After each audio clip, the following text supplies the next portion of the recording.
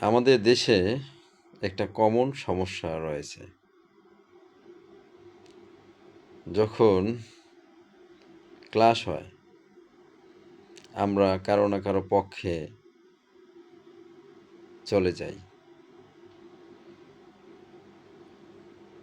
আমরা যদি কারো পক্ষে না গিয়ে বিষয়টি নিয়ে নিউট্রালি চিন্তা করি, তাহলে কিন্তু একটা সমাধান খুঁজে বের করা যায়। তৌহিদি জনতা, বাউলরা যে ক্লাসটা, আমরা এই ক্লাসটা না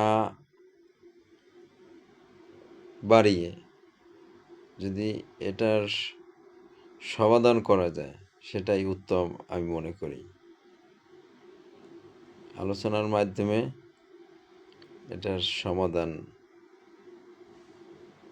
দরকার।